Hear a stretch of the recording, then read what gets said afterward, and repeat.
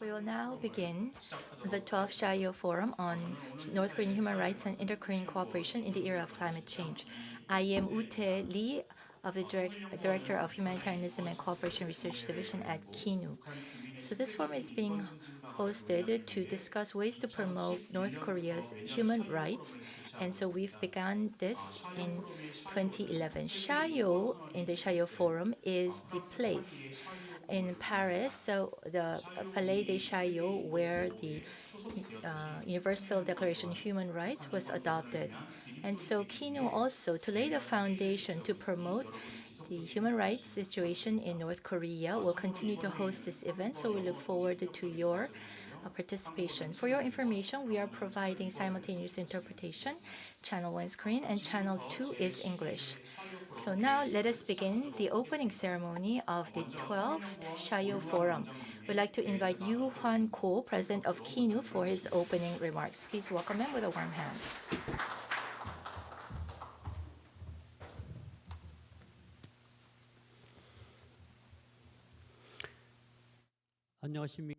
Good afternoon. I'm Go Yu-han, President of the Korea Institute for National Unification, KINU. KINU, in order to raise awareness of the human rights situation in North Korea and to promote the human rights of the North Korean people, starting from 2011, we have been holding the annual Chaillot Human Rights Forum. This is the 12th Chaillot Human Rights Forum we have been holding. And I truly appreciate having the opportunity to meet you all at this most important event. Let me first express my sincere gratitude to the Vice Minister of Unification, Kim Gi-young, and James Heenan, the representative of the Office of the UN High Commissioner for Human Rights in Seoul, for your congratulatory remarks and support. I would like to extend my gratitude also to all the experts who are participating in today's forum despite your busy schedules. I also welcome all of you who are watching the forum online. Climate change is a global issue that has affected not only ecosystems and the environment, but also a wide range of human society, including human lives, health, the spread of infectious diseases, the economy, housing, and drinking water. The increasing severity of climate change has raised global concern over its impact on human rights. As a result, the international community is paying attention to this issue and striving to address it. Of particular note is that different types of disaster arising from climate change pose a serious threat to various rights of the North Korean people, such as the right to life, health, and housing, because they are vulnerable in responding to these disasters. It appears that North Korean authorities will have no choice but to continue to care about climate change issues. Considering that climate change is a transnational agenda that affects both South and North Korea, inter-Korean cooperation in a joint response to climate change should be actively sought after. With a focus on the reality of the current environment and health situation in North Korea, the theme of today's 12th Chaillot Human Rights Forum is North Korea's human rights and the inter-Korean cooperation in the era of climate change. In the first session, two speakers will give presentations on the topic of current situation of human rights in North Korea and the joint response of the two Koreas. Key findings from research on the current North Korean human rights situation and the impact of climate change will be discussed. And also, inter-Korean cooperation in forest projects as a joint response to climate change will be presented, from which possible measures for cooperation are expected to be derived. In the second session, two speakers will deliver presentations on the topic of inter-Korean cooperation that is based on the SDGs, Sustainable Development Goals, in the era of climate change.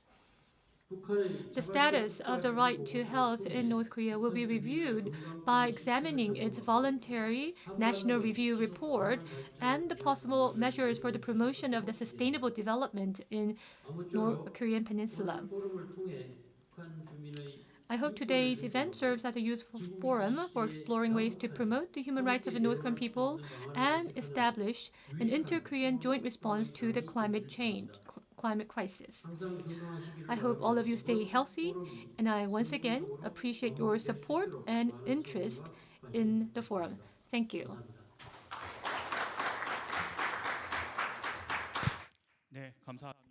Thank you very much, President Ko. Next, we invite Ki-Eun Kim, Vice Minister of Unification, for his congratulatory remarks. Please welcome him with a warm hand.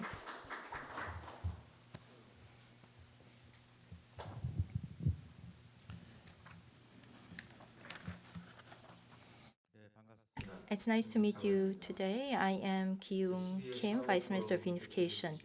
Congratulations on the 12th Chaillot Forum. To spread a wider understanding of the situation of human rights in North Korea, this forum has played an important role, so thank you very much for your invitation. First of all, I'd like to thank President Ko Yoo-hwan and everyone at KINU for organizing this important event. And to James Heenan, representative of the OHCHR office in Seoul, who is here to congratulate us. I'd like to acknowledge your presence. And Suam Kim, Senior Research Fellow of KINU, and Philo Kim, Professor at Seoul National University, our moderators, and to all of the experts and researchers who are here to present and engage in discussion, I extend my deepest gratitude to you. Ladies and gentlemen, as you know well, human rights is a value for all people regardless of borders. And so the current Korean government is trying to promote human rights situation in North Korea through the establishment of foundation, as well as developing needed policies, conducting surveys, and also finding ways to promote the quality of life for the North Korean residents. But of course, this cannot be successful with the efforts of the government alone. We need the participation of the public as well as cooperation in the international community to come up with practical results. For those of you who are here attending this forum, we look forward to your cooperation and contribution to this in this endeavor. And the government also will do its part in this process. In the international community today, we are faced with pandemic, new Cold War, global economic crisis, climate change, and other complex problems that are worsening. Climate change on the Korean Peninsula is happening at a higher rate than the global average, and it is bringing about many socio-economic problems and worsening of health issues. And so we need to come up with countermeasures on a pan-Korean Peninsula level. And so this forum is an important venue for us to come up with policy alternatives for us to address these climate-related issues. So again, congratulations on the 12th Chaillot Forum, and I wish you health and happiness. Thank you. 네, 감사합니다. Thank you very much. Next,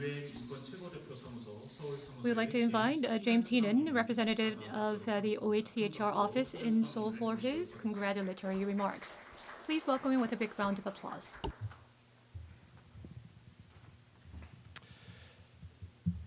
Your Excellency, the Vice Minister, Kim Ki-woong, President of KINU, Ko Yoo-hwan, ladies and gentlemen, 안녕하세요. I'm sorry, but I will speak in English. Thank you for inviting me to participate today, and certainly congratulations on holding this 12th Chaillot Human Rights Forum. I've recently arrived in Seoul to lead on the UN work on human rights in DPRK. I'm grateful for the warm welcome I've received, particularly from the human rights community. KINU is a key part of that community. KINU makes a very important contribution to both policy and practice on the human rights situation in the DPRK, not least through your timely and incisive research and, of course, your flagship annual white paper on human rights in North Korea that we and many others rely on. Mr. President, this forum will address the complex but urgent issue of human rights and climate change. It's very timely because the forum takes place right in the middle of the United Nations Climate Change Conference currently underway in Egypt, the so-called COP27. Not so long ago, speaking at meetings like this, you would need to explain the basic link between human rights and climate change. But thankfully, this is no longer the case. The impacts of climate change, for example, increasing extreme weather events, rising sea levels, floods, heat waves, droughts, desertification, water shortages, spread of disease. All of these directly and indirectly threaten the full enjoyment of human rights by people across the world, including rights to life, to a livelihood, to safe drinking water, to food, and so forth. As was made clear just now, climate change doesn't stop at borders. It affects us all. But these impacts disproportionately affect some people. They affect people who are generally already marginalized because of their geography or their poverty or their gender or their age. And even more so, when people try to have an effective response, when people and countries try to have an effective response to climate change, this is undermined when individuals and communities are denied the right to move, are denied the right to express their own views, are denied the right to challenge detention, are denied the right to information, and so forth. All of this is very relevant to the issue of climate change in the DPRK. Rights to food, health, water and sanitation and shelter are all severely compromised in DPRK by years of violations. Isolation has compromised the ability of the government to respect, protect and fulfill people's rights as the effects of climate change increase. And the framework of basic political and civil rights in the North to allow for individuals to participate in decision-making, to make their views heard, this framework seemingly does not exist.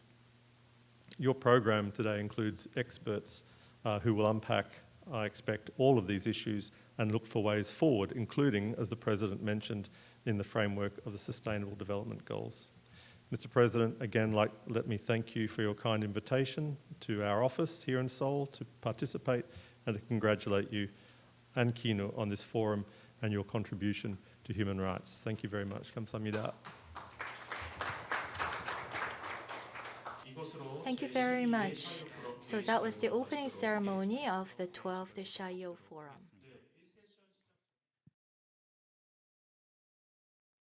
We will now begin session 1 on the current human rights situation in North Korea and the inter-Korean response. The moderator of this session is Soo-am Kim, Senior Research Fellow at KINU. So please welcome Dr. Kim with a warm round of applause. It's nice to meet you. As was just introduced, I am Soo-am Kim, Senior Research Fellow at KINU. So Mr. Lee Woo-tae explained the beginning of Chaillot Forum, and I, in fact, came up with this term. So we are having the 12th Chaillot Forum already this year, and this year we have selected climate change as our topic for discussion, and how climate change is affecting all aspects of lives of the people. And so the way we see it, the climate change and its effects on human rights, as well as its effect on North Korean human rights situation, is something that we really need to look into. So on this topic, as well as how the two Koreas can respond to this situation, is what we will be discussing in session 1. So we will have 2 presenters and 3 discussants. So let me introduce them to you. We have Kyu-chang Lee, Senior Research Fellow of KINU. Thomas Bierzbowski, Adjunct Professor of Hankuk University of Foreign Studies. Ju-young Lee is the member of the UN Committee on Economic, Social, and Cultural Rights. Professor Lee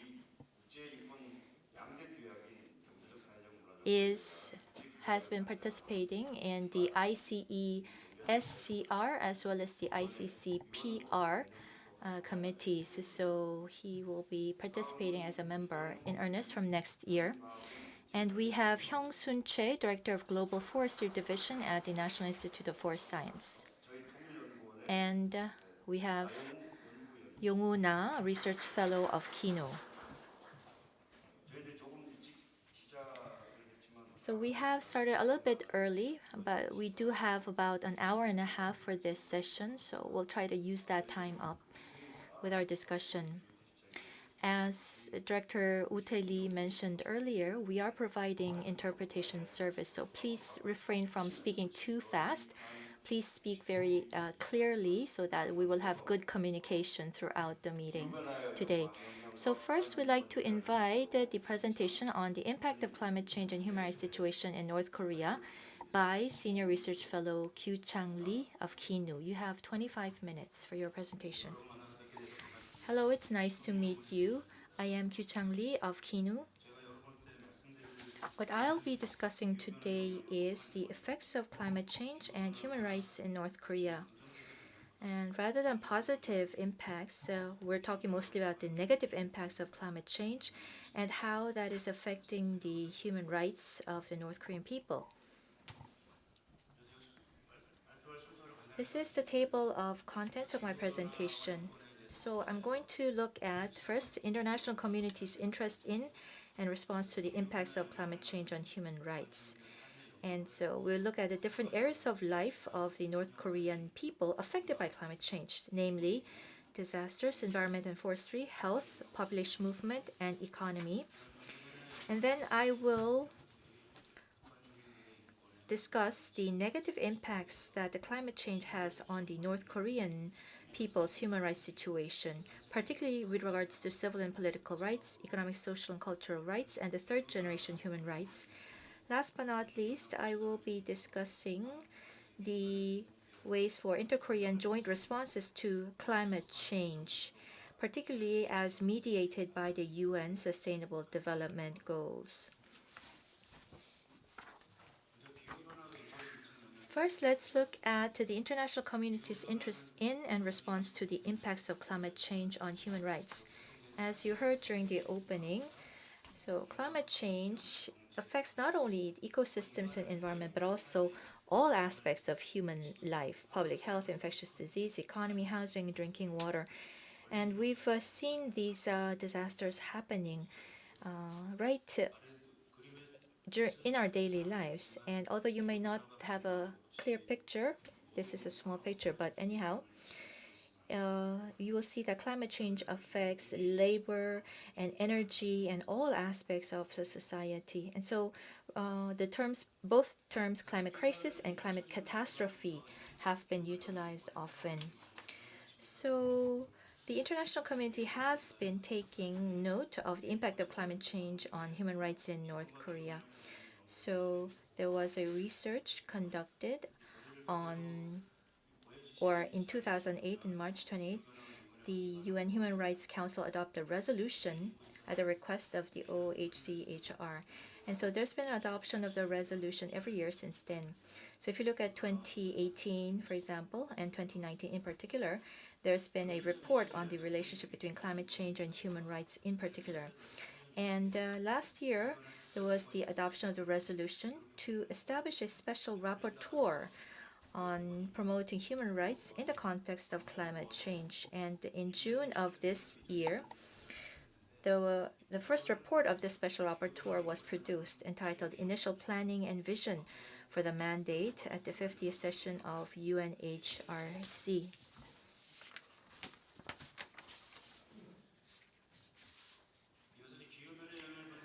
Now let's look at the different areas of life affected by climate change. And I would say the biggest effect of climate change is disasters. So between 1880 and 2012, the global average temperature rose by approximately 0.85 degrees Celsius. And in the sixth assessment report, the IPCC pointed out that the frequency, intensity, and persistence of extreme climate events have gradually increased due to climate change. And Korean Peninsula is no exception as well. And rather than South Korea, it seems that North Korea is feeling the impacts more severely. And Korea Environment Institute issued a report which showed that the increase in the average annual temperature over 30 years between 1981 and 2010 was 0.45 degrees per decade in North Korea, which is 1.3 times higher than that of the South. And we will also see an increase in average annual temperature to be higher for the North than the South until 2100. And we are seeing that frequent floods, droughts, landslides, storms, and tropical cyclones are happening more in North Korea. And North Korea has enacted various laws to respond to disasters. For example, in 2014, they had the Disaster Prevention, Rescue, and Recovery Act. In 2022, October, they enacted the Crisis Response Act.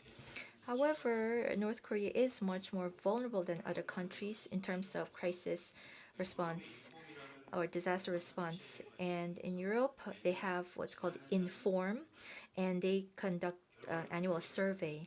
And Inform's 2022 survey said that North Korea scored a 6.3 for lack of disaster response capacity, which means that North Korea ranked 38 out of 191 countries. So North Korea was ranked 71st for exposure to risk and 50th for vulnerability to disasters. The second aspect affected by climate change is environment and forestry. Climate change also has negative impacts on the environment. So this year's IPCC AR6 report shows that climate change has led to changes in terrestrial and marine ecosystems around the world. And you will see the blue part, economic and human losses, as well as changes in cultural lifestyle patterns, which have all been caused by climate change. And so the right to enjoy culture, for example, and all these other human rights have been affected due to the climate change. And we are seeing ecological changes happening from climate change. And this climate change is also, again, bringing about major economic and human losses as well. And so there's been an increase overall of these kinds of crises and disasters.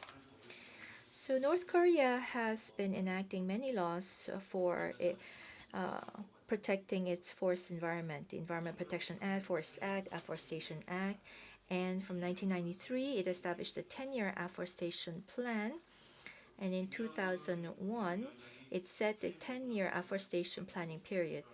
And also, Kim Jong-un announced the battle for forest restoration. So the word battle was used to emphasize the importance of forest restoration. And the Kim Il-sung University established the College of Forest Science back in 2017. But overall, the forest and environment situation in the north is still very poor, despite all these efforts. The third area affected by climate change is health, which includes disease, infectious disease, drinking water, and sanitation. Climate change also has negative impacts on physical and mental health. And also, climate change has indirect negative impacts on physical and mental health through diseases, particularly infectious diseases. And so the higher temperatures, heavy rains, and floods caused by global warming are leading to more disease outbreaks. And COVID still is ongoing in North Korea. And where did COVID come from? There's a lot of analysis, and many are saying that climate change has been one of the causes of COVID-19 pandemic. There's been urban growth, loss of biodiversity, environmental damage, deforestation, destruction of wildlife habitat, all caused by climate change, which act as disease multipliers that lead to COVID-19 and other outbreaks. And North Korea implements healthcare policies based on laws. It has the Medical Service Act, and it also amended the Infectious Disease Prevention Act and enacted the Emergency Disease Control Act. However, due to the low level of healthcare in North Korea, it has limited capacity to respond to infectious diseases such as COVID-19. And there's been a lot of water-related water and sanitation problems that have risen as a result of climate change. And we see that there's been more outbreak of waterborne diseases such as cholera, particularly in areas with limited access to safe water and sanitation facilities. North Korea does promote policies for water and sanitation, such as Water Resources Act, Public Sanitation Act, Waterworks Act, and Sewage Act. Another area of life affected by climate change is population movement. So there are people who are forced to move out of the area where they have been living in. And from 2008 to 2017, the UN High Commissioner for Refugees says that about 21.5 million people were forcibly displaced during this period. And the UN Special Rapporteur on Climate Change issued his first report in June of this year. And climate change-driven population displacement and the human rights implications are addressed through this report. And also, previously, we used the term climate refugees as an extension of the conventional concept of environmental refugees.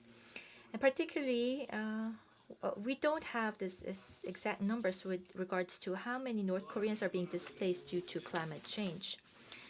And another problem that arises due to climate change is that people are not able to leave their homes. In other words, they are quarantined because of COVID within their homes. And so North Korea does have a Disease Control Act, and the emergency disease control is classified into 3 levels: level 1, special level, and super special level. And the act includes provisions on containment, restriction, interdiction, and quarantine. The 5th area of life affected by climate change is the economy, which includes agriculture, fisheries, and energy. Climate change has already been causing damage to agricultural productivity and food production, and the rural population is more vulnerable to climate change than the urban population because food dependency is higher in rural areas. And climate problems have a negative impact on food security and individual livelihoods because they affect the productivity of agriculture and fisheries. And also, rising sea levels due to climate change is another problem. Countries like Tuvalu have been directly hit by the rising sea level.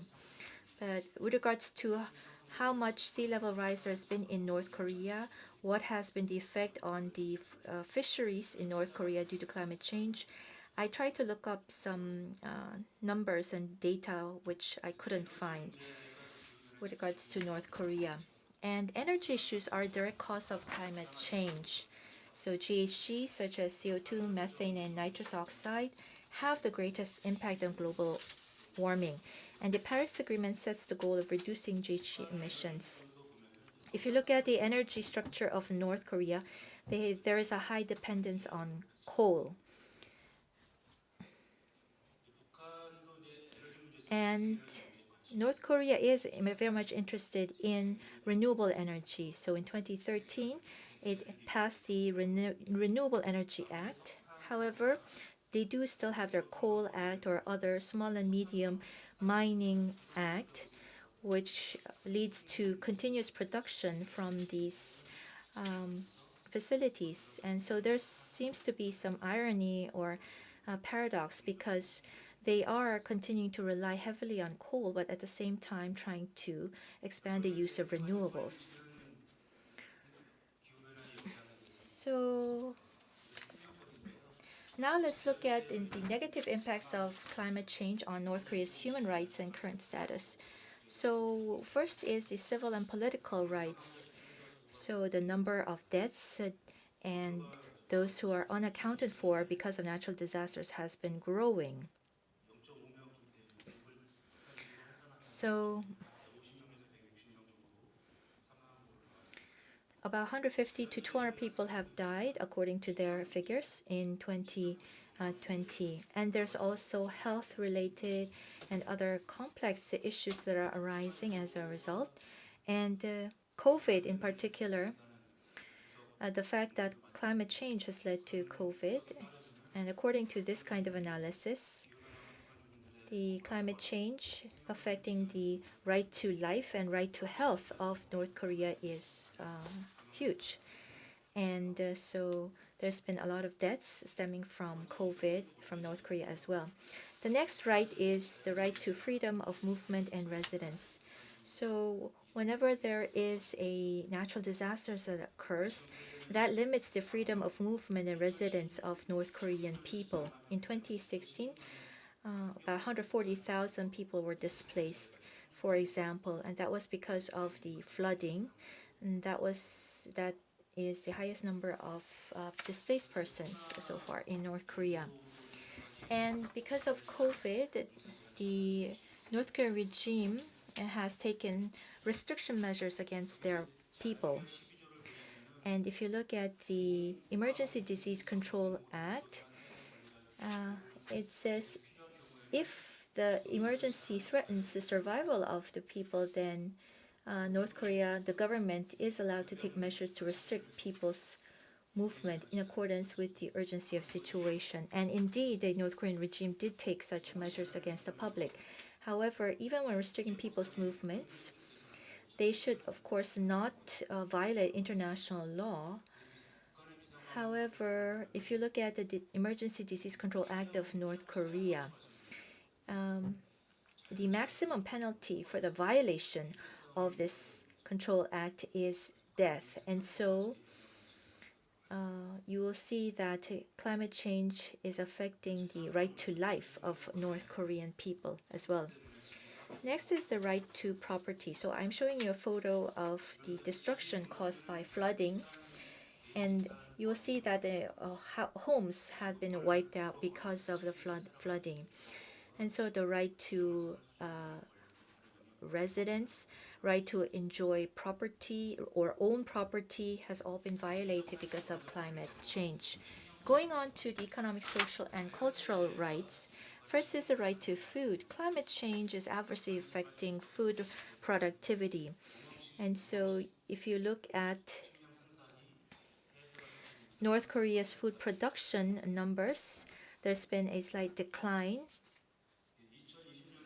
In 2020, there was a slight increase in the previous year, but it eventually decreased because of the natural disasters that occurred. So, and this is a figure coming out from North Korea itself. And the destruction of the environment and forests also adversely affects food production in North Korea as well. And natural disasters such as heavy rain cause soil runoff, which damages agricultural lands and aggravates food shortages. And it has an impact on the right to health as well. If you look at North Korea's 2021 VNR report, it states that continued climate-related natural disasters have seriously affected people's lives and health. And because of heavy rain and floods, there's been more outbreak of waterborne diseases. And it was reported that Kim Jong-un sent medicines to Haeju in South Hwanghae province, where an acute enteric infectious disease broke out back in June of 2022. Next is the right to drinking water and sanitation.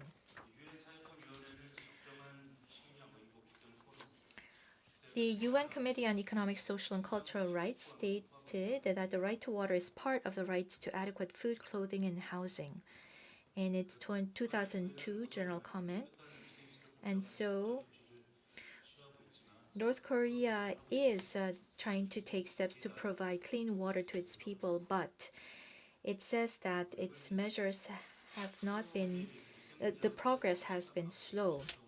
And the rural areas in particular are more vulnerable to this lack of clean water and clean sanitation facilities.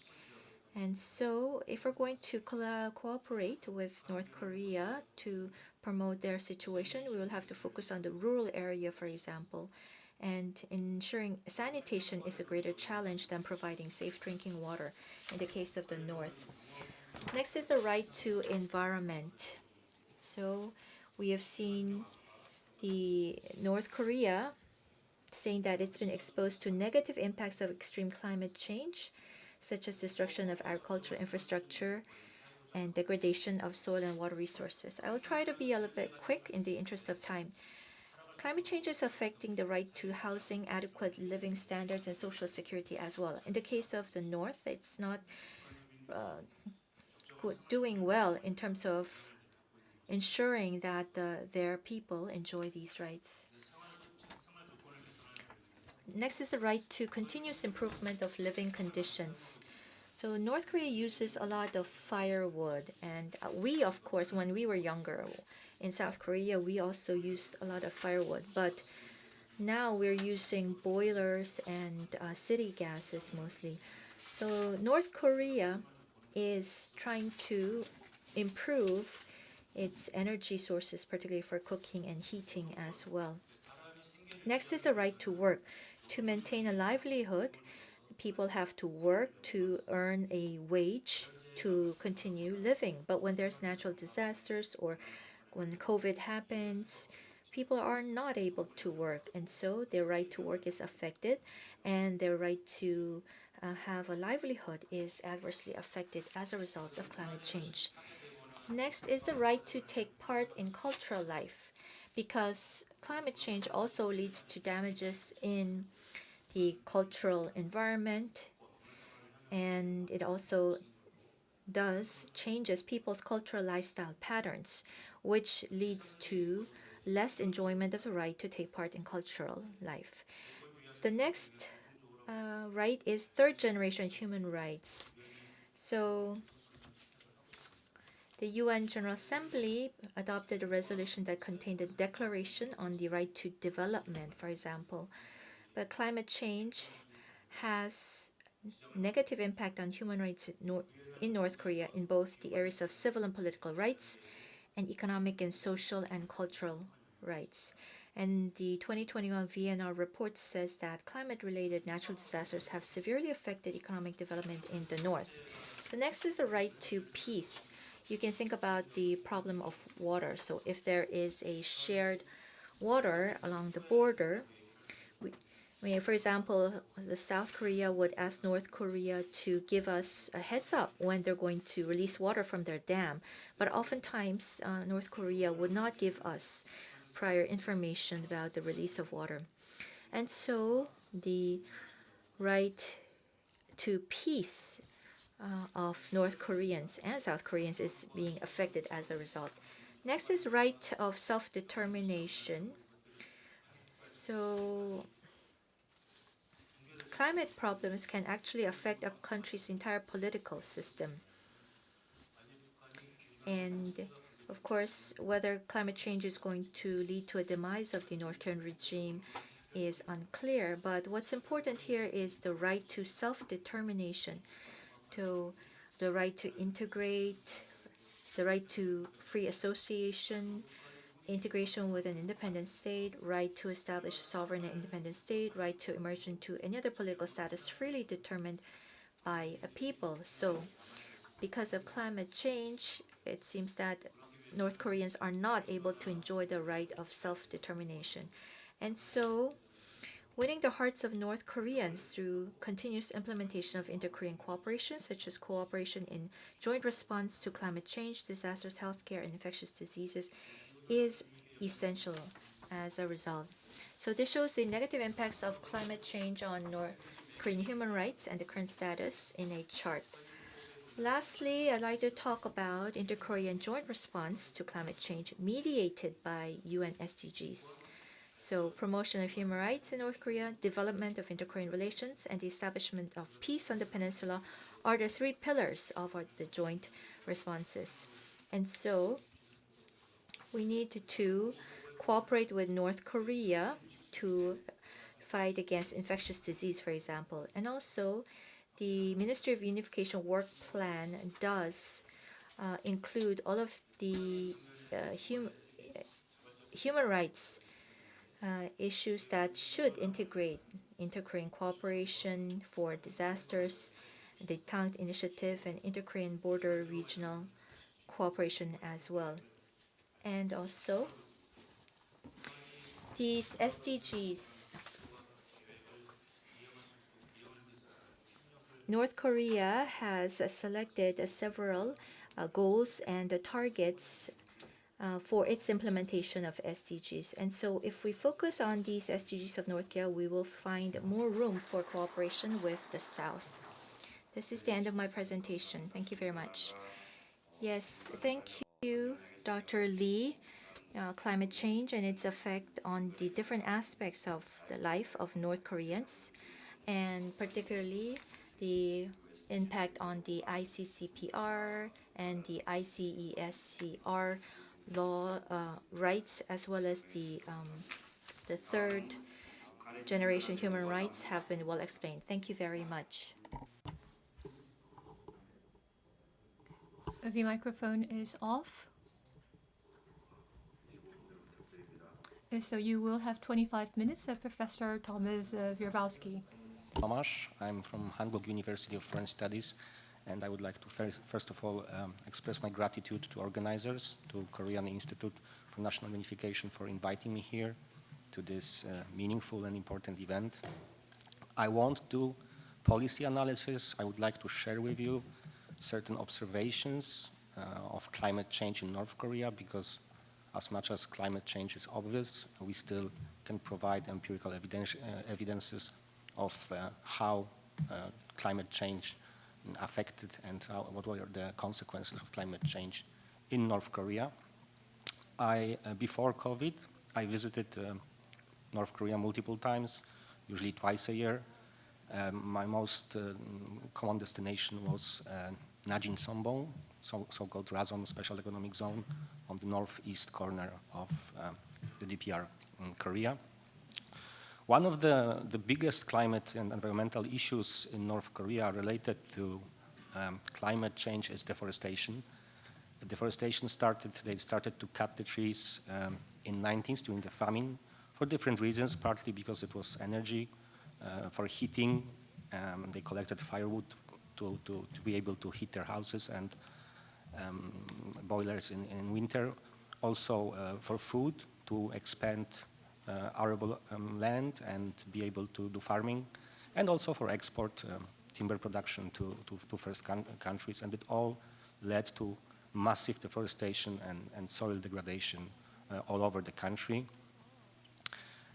If you are there and if you look around, it's really deforested country. Barely any forests exist in North Korea. Some single trees here and there. You can see people carrying woods on the street, and all those deforested hills are actually quite sad pictures. This all can lead to natural disaster.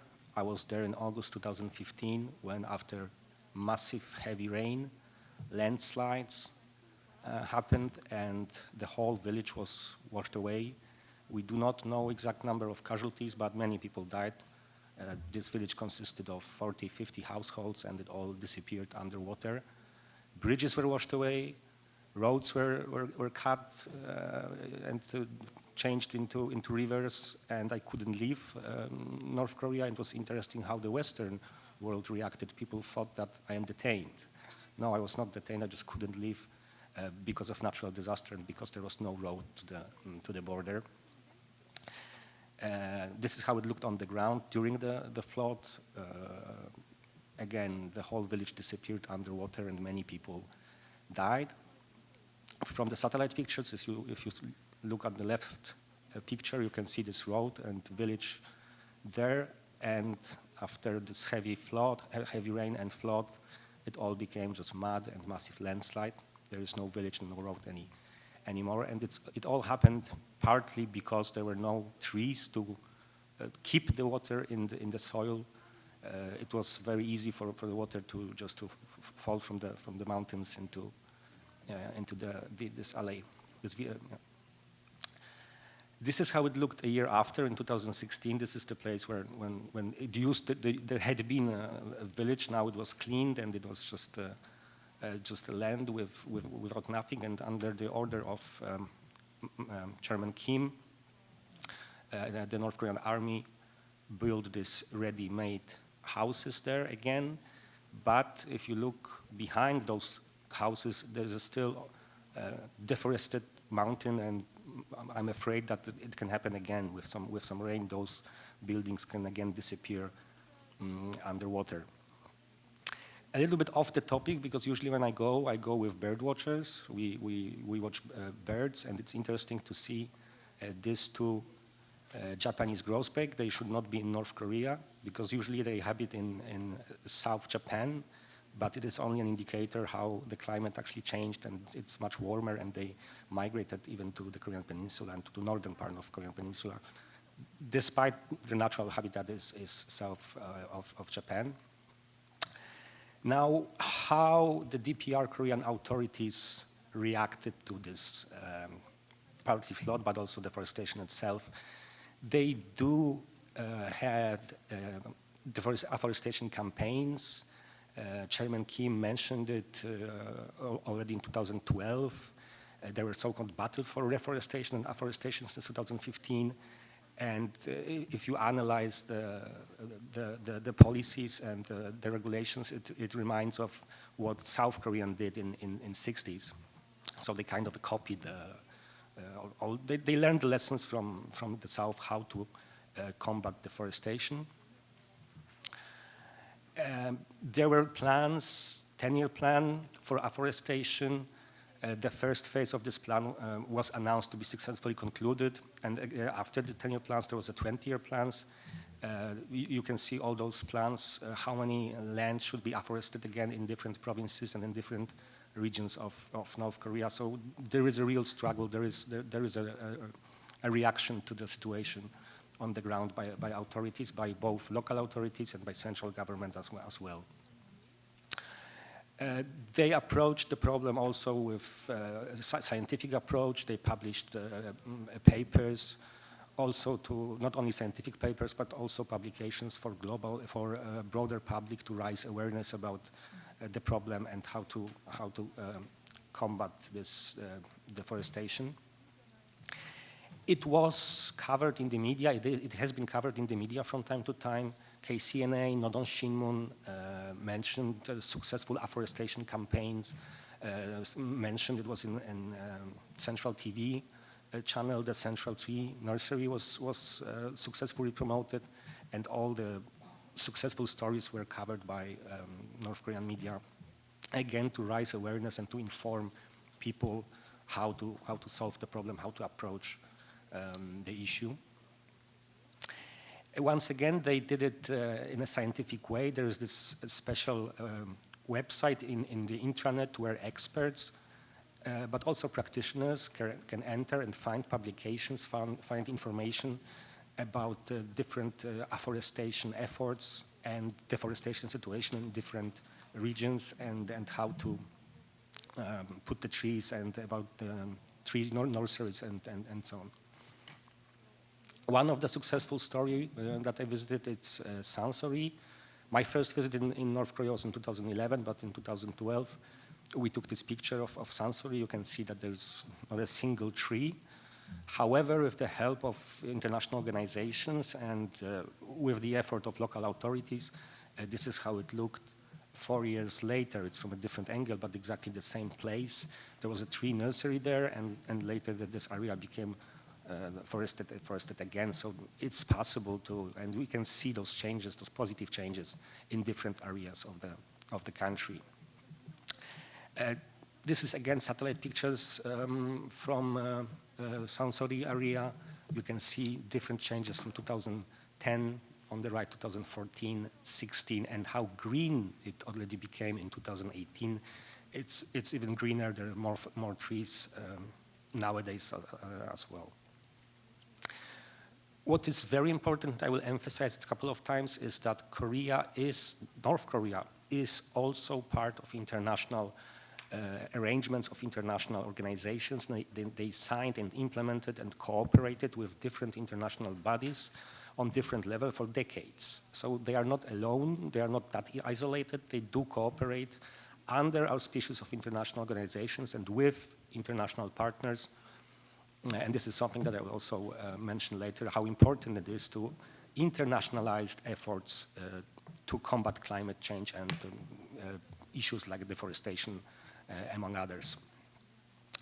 So yes, they did sign Kyoto Protocol, they did sign Paris Agreement in 2015, and actually when you look, Mr. Hannan mentioned Conference of the Parties, the UN Conference of the Parties. If you see who visited COP over the years, at the beginning in early 2000s, it was local diplomats from local embassies, DPRK embassies in the country where COP took place. They attended COP, but since 2016 and 18, just before COVID, it was actually policymakers from Ministry of Land and Environmental Protection who flew all the way from Pyongyang to the place where COP took place and attended, which only means that it became more and more important in their agenda, because if people from central government take all the effort and costs to visit COP, it means they care. Slowly to conclude, North Korea's climate change, when we see it from international perspective, it is politicized, yes, of course. Almost every issue in North Korea is politicized, but to be honest, practically on the ground, it's just to prevent upcoming disasters or recover from damage that actually happened. Now, a couple of thoughts about inter-Korean cooperation, because as a foreigner, I can take more pragmatic, critical, or practical approach. Allow me to say that there is no inter-Korean cooperation because they don't want to cooperate. It takes two to tango and they don't want to dance. The DPR Korea is not interested in cooperation with South Korea, simply as it is. Especially if South Korea approaches DPRK with this big green detente or peace park zone projects. Now, without criticizing these efforts, one thing to criticize, yes, it's how can we talk about inter-Korean cooperation without lifting 24 May measures, the unilateral sanctions on North Korea? Of course, from the practical point of view, lifting those sanctions will change nothing because there are international sanctions on DPRK, but still it will be a sign of goodwill.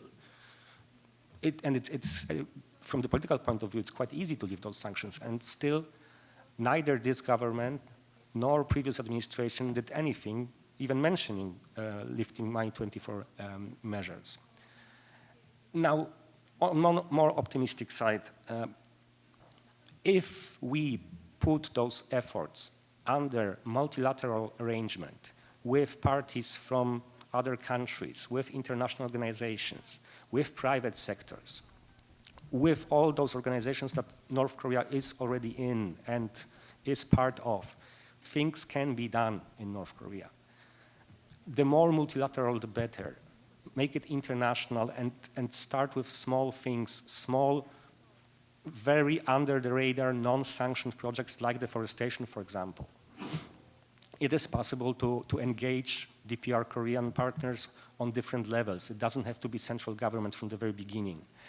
It can be a hospital, it can be a research institute, it can be a university.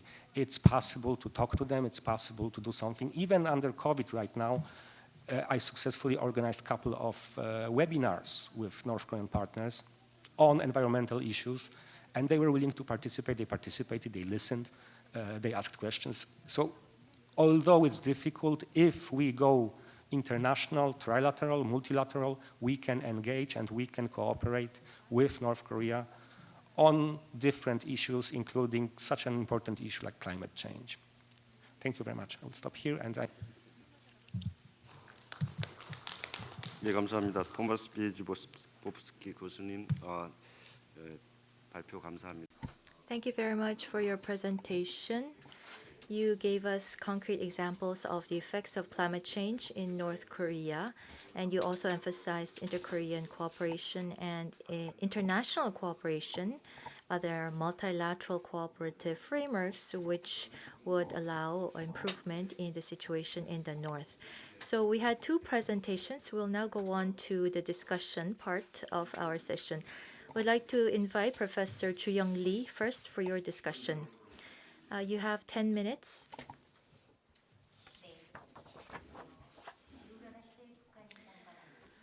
North Korea's human rights and inter-Korean cooperation in the era of climate change is the theme of this year's forum. So thank you very much for the invitation.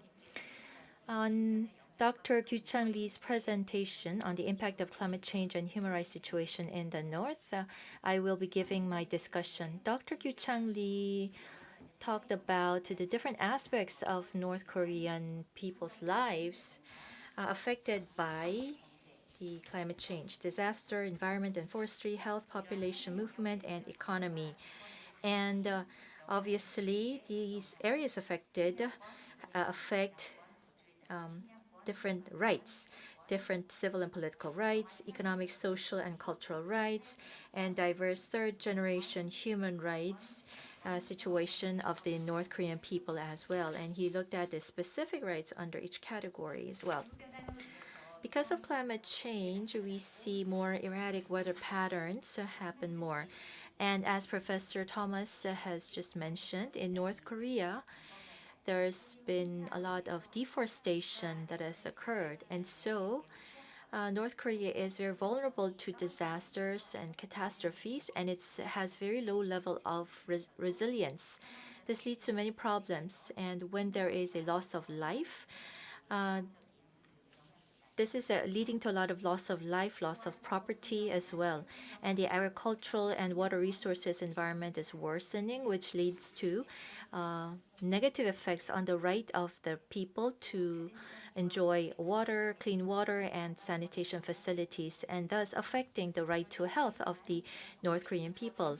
In terms of the support provided by the North Korean regime to its people, it's very small, but rather the regime seems to be enforcing too much control over its people. So climate change affects North Korean human rights adversely. And at the same time, the climate change and other disasters and the North Korean government's response to disaster affects South Korea as well. So climate change, disaster, and diseases and inter-Korean cooperation, all of these have to be connected to the North Korean human rights situation.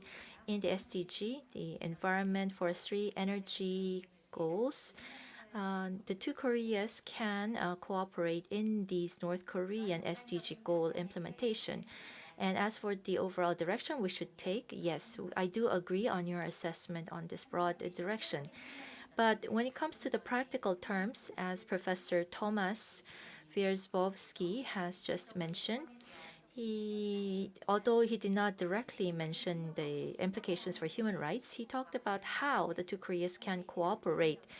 And right now, the cooperation between the two Koreas is a bit difficult. And so, to climate change response is an area that we can tackle through multilateral cooperative frameworks. And so on that proposal from Professor Thomas, I do agree overall that we need a multilateral approach at the moment. And other key new experts will be talking further about how we can come up with policies that will be helpful in promoting inter-Korean exchanges and cooperation to fight against the impact of climate change, as well as how we can promote multilateral cooperation also. So I think we will have to, these are policies that we need to continue to develop and try to implement. And it would be good if we could have more in-depth policy recommendations and development. So I'd like to ask Dr. Lee for your suggestions on how we can ensure that this process takes place more efficiently. Human rights is we need to understand, first of all, who should enjoy which rights, what kind of rights should be assured of the people. And so This impact of climate change and its effect on human rights in North Korea looks at the overall relationship between the two. However, taking one step further, we need to really understand the actual state of human rights in the North, and to provide useful policy recommendations, we have to look at the responsibility of the state towards each right that is affected by climate change. And aside from the parties, if there are rights or duties of each entity, we have to begin from understanding what they are. So, for example, in 2011, through UN Human Rights Council resolution, sustainable environment, right to sustainable clean environment was mentioned, and the right of the state to provide this kind of environment to its people was mentioned, because climate change and environment, or the right to enjoy clean environment, are directly related. So we look forward to the UN's efforts to come up with clearer guidelines with regards to the right to enjoy clean environment as a basic human right. And in the U.S. Human rights courts, there was some guidelines that was produced with regards to this issue. According to the U.S. Human Rights Court, the state has the responsibility to prevent severe or serious environmental or climate-related disasters from happening within its borders, and it has the responsibility to monitor and supervise, as well as conduct environmental impact assessment, and also the responsibility to minimize the adverse effects of environmental catastrophes. And the state, on these potential disasters and damages, should be informing the public about the current situation and give the right of to the people to participate in policy formulation. And the state has a responsibility to cooperate with other countries and international community to fulfill this responsibility, particularly if the actions of a certain country has adverse effects going beyond the borders. Then it has the responsibility to inform the neighboring countries and cooperate to address the problem. And this is the definition or the guidelines presented by the U.S. Human Rights, America's Human Rights Court, with regards to the responsibility of the state. And in responding to climate change, Korea and all countries have the responsibility to fulfill these actions. Looking more specifically through climate change, there is the responsibility of reduction or the mitigation of the emissions, and on the other hand, there's the responsibility of adaptation. So those are the two basic responsibilities of the state with regards to climate change.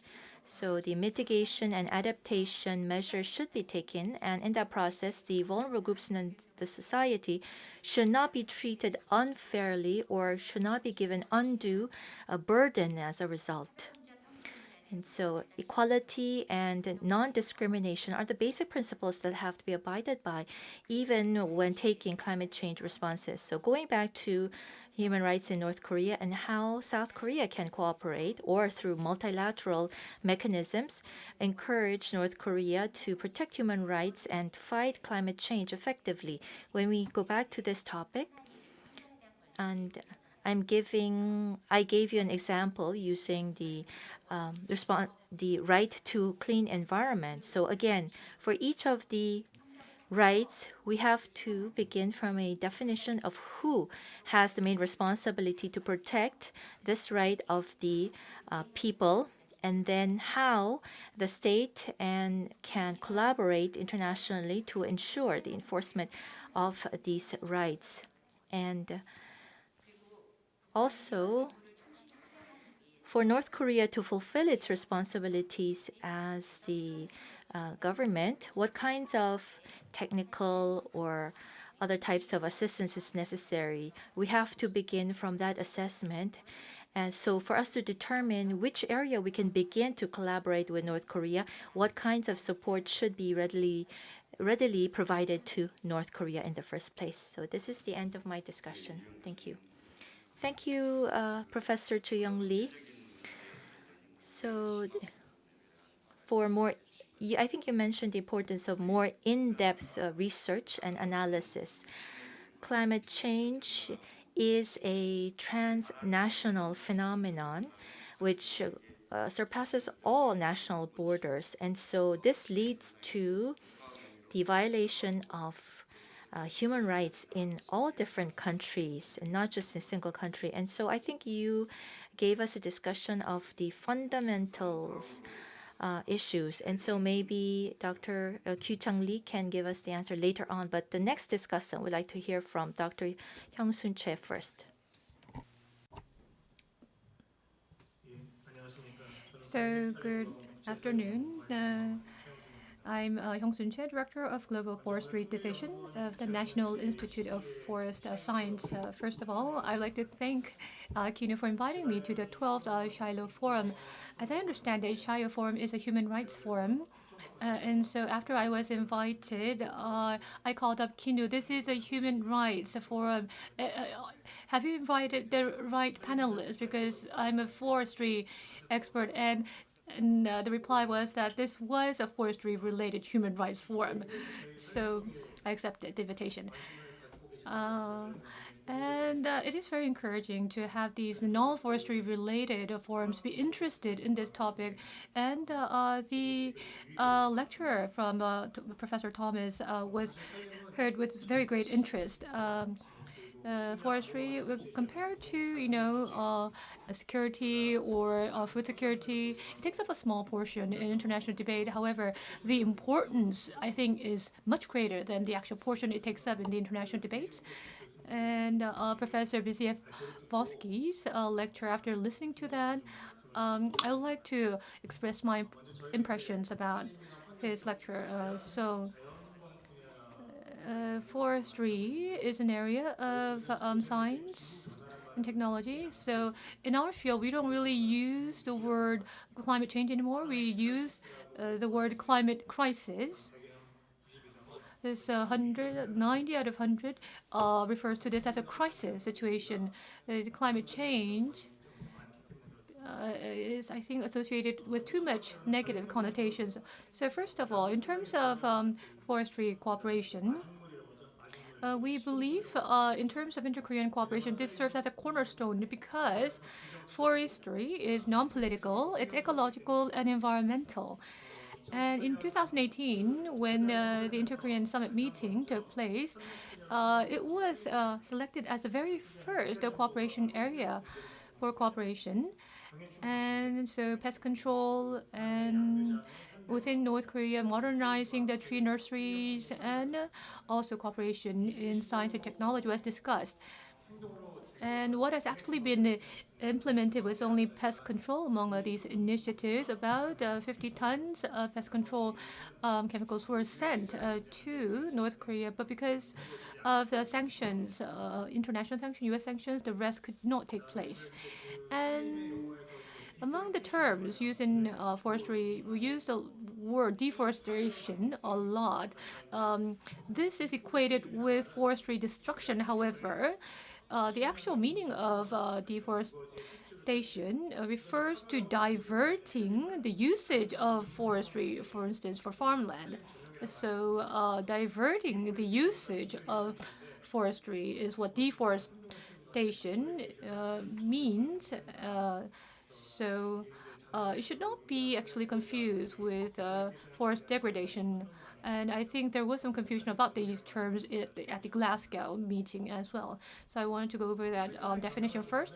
If you look at the recent trends, the forestry policy of North Korea is receiving less emphasis nowadays because of food shortages, and as we have seen in the news report, the large housing complexes that are being built in Pyongyang, and also the COVID-19, the healthcare issues. And so at present, because of these other issues, the Kim Jong-un administration is not able to focus more on the forestry issue. If you look at the results of the Party Congress that took place early this year, rather than afforestation, preventing landslides or floods, these were given more emphasis, especially the food shortage issues. It is in a trade-off relationship with other areas like forestry. And so, in order to address food issues, you cannot help but divert the usage of forestry for other usage. And I think this is the reason why less attention is being paid to this area. And then you use the word agroforestry. So, in North Korea, they also have this concept. So restoring the forestry, and then they cultivate, food-related crops in the plot available. And so a lot of emphasis is actually being given to agroforestry for food supply purposes. For about 20 years, so once every 10 years, using satellite, the entire forestry area of North Korea was monitored. Starting from 1999 to 2008, that was the period of arduous march, and there was a lot of degradation of the forestry. So there was about 32% degradation of the total area. And then 10 years later, when there was another satellite observation, this was slightly reduced to the later half of 20% range, so 28%. But compared to Korea, this was a very serious number. However, the number itself is important, but the remaining non-degraded 72%, preventing that area from being degraded and being diverted in its usage is also important. So in 2021, SDG report was submitted by North Korea to UN, and in this report, starting from 2015 to 2020, the total area of forestry in North Korea has increased by 780,000 hectares. So it is very clear that they have an interest in the afforestation, and this is because it is related to climate crisis and natural disasters, because this is causing a vicious circle. In 2018, there's an organization called CRED, and they issued a report called Economic Losses, Poverty, and Disasters. According to this report, North Korea is included in the top 10 countries with the largest damages incurred in terms of natural disasters. So unlike our expectations, North Korea is very much interested in climate crisis. And as Professor Lee mentioned, in the border area between North and South Korea, landslides, floods, and infectious diseases, these are very important issues. Nowadays, the pig disease, they have been spreading behind the armistice line, and pest control issues take place, a lot of them in the border areas. So for these kind of issues, close cooperation between the two Koreas is required to address them effectively. And so I believe that North Korea's willingness to cooperate not with South Korea, but the international community is very clear. In 2019, North Korea had submitted its NDC, and in 2021, it had submitted its SDG report. What's of note here that they have indicated the own reduction target that they could do on their own, and the reduction target that they can achieve with the help of the international support. So if you look at the NDC report, they have the 2030 BAU, and on their own, they said they can reduce 16.4%. But if there is support, about 400 trillion from the international community, then they can reduce that amount to 52.4%. So they are clearly in need of assistance from the international community. And the afforestation campaigns of North Korea, whether it can be seen as an imitation of what South Korea did in the past. So the afforestation battle, the plan that North Korea has set up is quite challenging. In the 70s and 80s, South Korea planted a lot of trees. I think it actually exceeds that amount, that what South Korea did in the past. I'm not sure about the actual implementation rate, but this is the figures that have been announced by North Korea. In the case of Kim Jong-un administration, compared to Kim Jong-il and Kim Jong-il, he does recognize that the afforestation policies of the past have failed, and so he started this campaign. And when we started, in Korea, the afforestation campaigns, we first stabilized the forestry in order to prevent landslides, and then went on to greening of the country. But I think North Korea's policy is a bit different. The Golden Mountain, the Treasure Mountain, and the original forestry restoration. And so I think there's a larger focus on the economic side. So that is, I think, their main purpose in afforestation, especially with the onset of COVID-19. 맞습니다. And they're also interested in specialized plants. And you talked about international multilateral cooperation. Yes, a bilateral cooperation between the two Koreas, that's almost impossible. Of course, small assistance can be provided by private organizations, but for larger assistance, I think international bodies can be utilized. We're not talking about just UN agencies in the Asian region alone. There are international bodies that we have contributed to, that we're making contributions in. So through such regional bodies as well, conferences or academic symposiums, we can provide assistance to North Korea so that they can take part more actively in these kind of international efforts. So once again, I would like to thank you for inviting a forestry expert to a human rights forum. 감사합니다. Thank you very much. Recently, North Korea's to respond to climate change, the changes that they're undergoing in this front has been explained through the comments made by our discussant. Last but not least, I would like to invite Yong-woo-na from KINU for your discussion. Yes, good afternoon. I am Yong-woo-na of KINU. Thank you very much for inviting me as a discussant to this valuable event. And I'd like to thank our two presenters for their excellent presentations. So again, I do agree that for me also, rather than climate change, I'm using more the expression climate crisis more these days. And this is a crisis that doesn't exist as a term only, but it is, or climate changes is affecting our daily lives directly, which I'm sure everyone understands. That's why it seems that climate crisis seems to be more appropriate. As we saw in the presentations, climate change or crisis has a very adverse effect on North Korea, and it is affecting the daily lives and even the survival of North Korean people, and also their human rights situation. So because of climate change, we are faced with more disasters, and looking at it more broadly, there's been a worsening of the ecological environment, and it doesn't stop there. It also affects the grain productivity, which is directly linked to food stability for the people. And also it leads to environmental degradation, leading to many health problems and environmental problems as well. And so it has an adverse effect on all aspects of North Korean people. And so it's becoming more difficult for people to enjoy the basic rights, right to life, right to mobility, right to health, and right to environment, according to Dr. Kyu Chang-lee's presentation, which is well pointed out. And Professor Thomas's presentation showed us the real picture, the picture from North Korea, and we were able to see for ourselves the effects of climate change on the North Korean people's lives.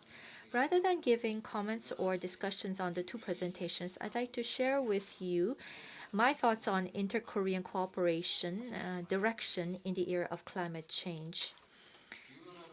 Because of climate change, the basic life of North Korean people has not been guaranteed. So where should we begin to tackle this issue?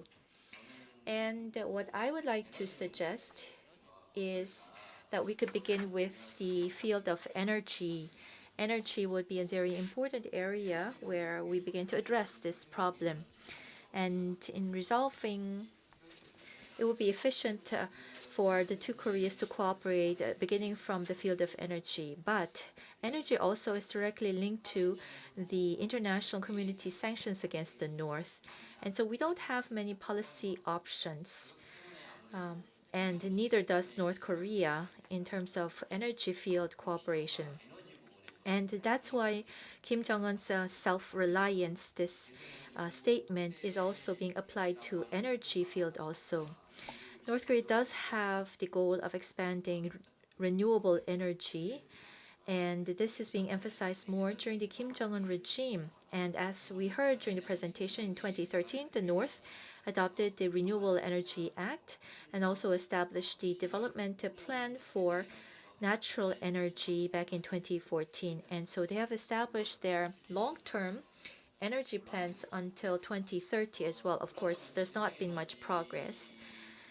But anyhow, this renewable energy field is an area where we could think about cooperation with the North. The potential of renewable energy of the North is much bigger than that of South Korea. So I looked at the Korea Environment Institute analysis. In the case of the North's solar PV energy, its economic potential is 3.7 times that of the South. Wind energy is 2.7 times that of the South. And so there is great potential for cooperation in this field. South Korea also has its own 2030 energy plan that it has to fulfill. And in this plan, the renewable energy takes up a huge proportion. And so the use of North Korea's renewable energy potential can bring about a major benefit to South Korea as well. Secondly, from North Korea's perspective, we already heard several times the 2021 VNR of the North, and it mentions SDG 7, Goal 7, which is on renewable energy. And so North Korea is emphasizing this renewable energy even through its VNR, and it has presented an implementation plan to reach the targets as well. We heard about the mid to long-term energy plan, as well as expansion of renewables in North Korea.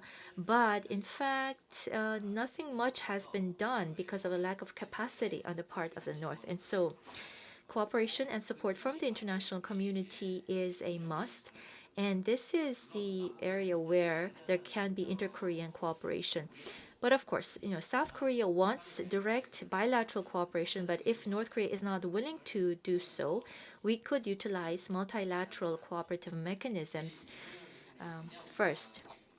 President Yoon Suk-yeol, through his audacious initiative, has included power generation and power transmission infrastructure support in the initiative. And so this is a very appropriate agenda for cooperation in the field of energy, but it doesn't have a specifics with regards to how the cooperation can take place. So I'd like to share with you my thoughts on how we could cooperate. Short-term wise, in the initial phases of denuclearization negotiations, the two sides, if we can sit down together, then we could consider information and technology exchanges and human resources exchanges in the field of multilateral renewable energy. And in fact, previously, the North had asked the international community for technology transfer and needed education several times, and South Korea had also participated in that process. But North Korea right now is refusing all of the cooperation proposals from the South, and so we could begin from with the third countries, human exchanges and education programs in the third countries first. And also another thing to consider is we could focus on cooperation to expand renewable energy supply used for public welfare in the North Korea. In the case of the North, they oftentimes have very weak national infrastructure. So a more efficient approach to supplying or providing energy would be small village unit, independent type, or distributed type of grids. And so we could think about new and renewable energy cooperation through these independent grids. And also, there is a huge gap between the rural and the city areas. And so we need to develop approaches that are specific to either the city or the rural areas. So, for example, in the case of cities, they have a supply-centric renewable energy foundation that is required first. For the rural areas, we could think about agriculture and forestry combined type, or a circular agricultural type of energy systems in place, so that the villages could be energy independent villages. And also, the renewable energy generation could be another area where we could expand bilateral cooperation. For example, for the solar PVs, the panels, there's a high dependence on China for the supply of these panels. And so I think by expanding inter-Korean cooperation, we can increase efficiency. I mentioned these small grids earlier, and what's most important in connecting these small grids is the ESS, the storage systems. And so South Korea has actually a high level of technology in terms of ESS, which can be quite appealing to the North. And also, we need ways to enhance energy efficiency. Even with the same amount of energy supplied, if we increase the efficiency, that tantamounts to expanding the supply. And so I think providing advanced technologies with regard to energy efficiency can be helpful for the North and meeting the North's demand. So this is the end of my discussion. Thank you, Dr. Yong-una. So we've listened to the three discussants. And after listening to the two presentations and the three discussions, so I mean, anyone from the floor who has a question, this is your chance to speak. Anyone from the floor would like to speak? Yes, Dr. Lee. Yes, thank you very much for the presentations and the discussions. So rather than climate change, it seems that we are in an era of climate crisis, which I fully agree. And the climate crisis affects South Korea, but also it has a very negative effects on North Korea, which has very weak infrastructure. In the climate crisis era, how can we protect the human rights of the North Korean people? I think that is the main point that we are discussing here right now. We could use cooperation with international organizations as a way of reaching that goal. And everyone recognizes that rather than bilateral, this multilateral approaches is more legitimate. However, how practical is it? Can we actually carry out such multilateral cooperation? If we try to approach the issue of North Korea human rights through multilateral cooperation, I mean, when we try to do that, when we approach North Korea, I mean, once North Korea recognizes that it is South Korea that is participating, they may be reluctant or they may refuse the support outright. And so we may be faced with some methodological limitations as a result. And so in terms of the legitimacy, yes, there's definitely a legitimacy and a need. However, in terms of the practical aspects, I mean, maybe we need to rethink about how we can do it. I have a question for Professor Thomas. 북한을 방문도 많이 해보셨고 또 So you have visited North Korea often, and not only the domestic perspective, but from a third party's point of view, in order to cooperate with the international community, the ROK government, what should be the first step in its approach? So something that is practical, something that is implementable in that respect. So do we have anybody who would like to offer further comments?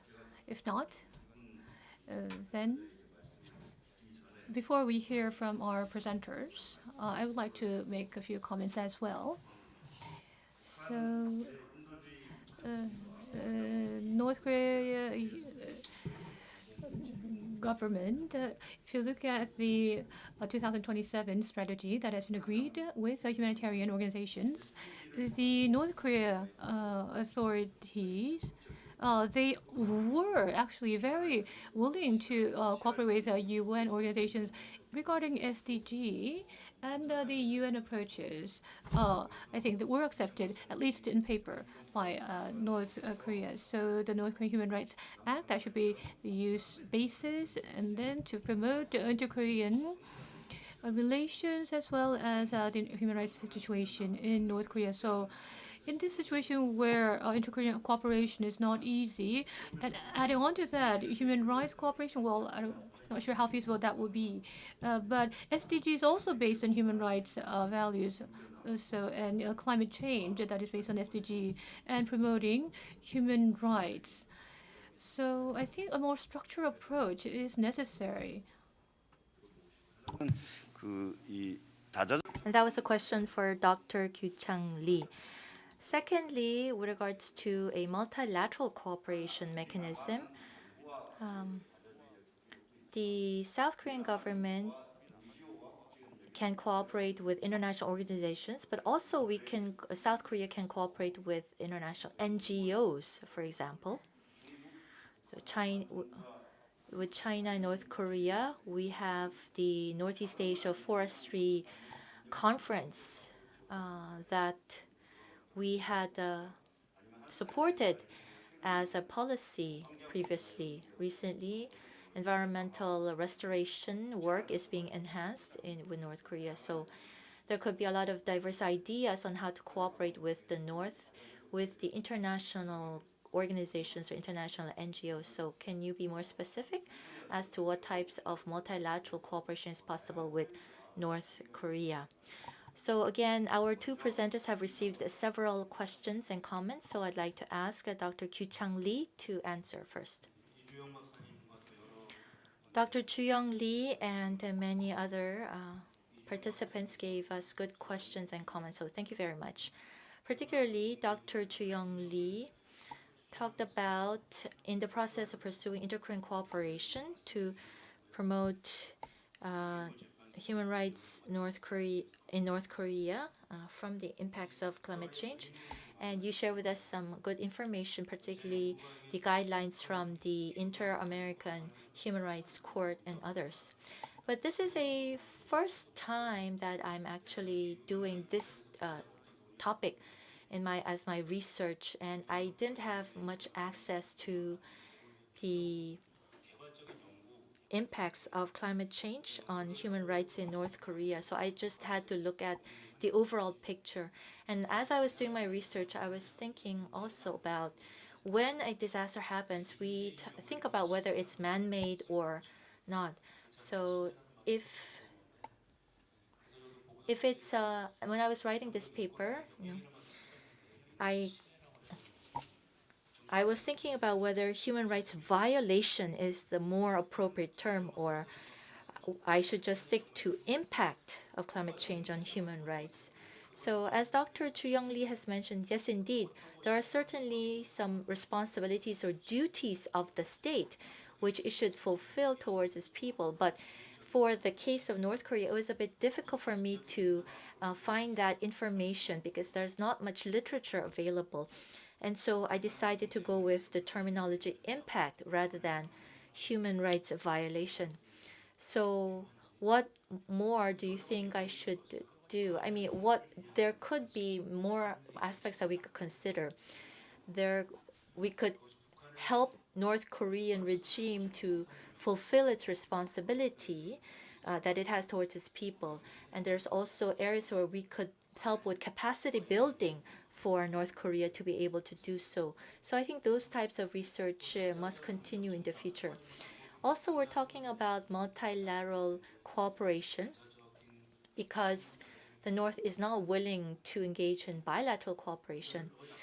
So I talked about the 5 different aspects or areas affected by aspects of life affected by climate change. And some would require bilateral, some would require multilateral cooperation. And for environmental, in the field of environment, there's much that we can do by collaborating with the NGOs also and other civil society organizations, certainly. And so what type of cooperation will be necessary? And I try to think about that also. But as Dr. Chu Young Lee mentioned, which is the area where North Korea has the biggest shortage? That's what I try to look at. So the inequality for the climate vulnerable groups in North Korea. I think I would like to do more research on this particular group because we need to have those kind of research foundation to determine who needs what types of assistance in the North. And of course, it's unfortunate that I was not able to conduct all of that research for this particular paper. And I believe that a human rights situation for North Korea, the report will be issued this year. And I will certainly look into that to ensure that I will make my research paper more concrete and more helpful. That's all for me. Thank you very much, Kyu-Chang Lee. Next is Professor Thomas. First of all, thank you very much, Dr. Choi, for correcting us. It's not climate change, it's climate crisis, and we should all keep it in mind. And a question I ask myself very often is, isn't it too late already? But yes, we do have a moral obligation to do everything we can to manage this crisis. To answer both of your questions with one successful story, what should be done, what can be done is, what we need here is a long-term, non-political strategy. Because with election cycles, with power going from liberals to conservatives back and forth with every election, it's really difficult to engage them because of the lack of political credibility. I told you already I am interested in birds, and you might think it's a small, irrelevant hobby. No, it is not. Birds migrate from south to north and from north to south 2 times a year because of 4 seasons and so on. And they migrate in a systematic way. They migrate in so-called flyway ships. And flyway ships are like highways for cars. And what they need when they migrate is wetlands. They need wetlands, and wetlands are like gas stations for cars on highways. So they fly and they land on wetlands and they eat what is in wetland. Now, there is a small unknown NGO called East Asian, Australasian Pacific Flyway Ship. It's under UN. The headquarters in Incheon, which is very interesting. And North Korea wanted to join EAFP, the East Asian, Australasian Flyway Ship, for, I don't know, 2011, 2012. And this initiative was blocked under President Park Geun-hye because of political agenda. Now with the Moon administration, it was possible for them to join. And they joined EAFP. And with the multilateral international efforts, they signed Ramsar Convention. Ramsar Convention was signed by founding parties in 1971, and it's basically an international agreement to protect wetlands. UN put some money to protect wetlands in different flyway partnerships, and they signed it. So it's possible. And it's maybe small and irrelevant, but we have to start somewhere. There's this saying in Korean, "Cholli kildo han korim puto." And maybe when we start to protect wetlands, maybe we go further with non-political agenda, with ASF, African swine fever, with water management, with greenhouses, with something that is not necessarily as political as human rights. But we can start there. And this bird agreement is actually a good example on how to do non-political things. But in order to achieve that, the Republic of Korea needs non-political, long-term strategy. Thank you. 예, 두 분 발표, 세 분 토론이 진행되는 과정. Thank you very much. So during the 3 discussions, we actually received a lot of good food for thought. In the process of researching on human rights in North Korea, KINU has begun a research in the field of climate change. And we began with a pilot research, and we decided that we need to have more in-depth research conducted in this topic. And we had to pool resources from outside of KINU, and so there is a need for collaboration with other researchers, other research organizations as well. And so we have that need right now. So the NDC report or North Korean SDGs, North Korea's interest in SDGs, and that's why it issued its 2021 VNR report. So North Korea is indeed interested in climate change responses, and so there is a room for us to collaborate either through bilateral or through multilateral cooperation mechanisms in order to address the climate-related issues and help with human rights situation in North Korea. And so KINUs will continue with this research with regards to this topic, and so we are appreciative of all of these supporting organizations. And so let's give our presenters and discussants a warm applause, and we will conclude session 1 with this. Thank you very much. That is the end of session 1. We will have a 15-minute break, and from 3:30 we will begin session 2. Thank you.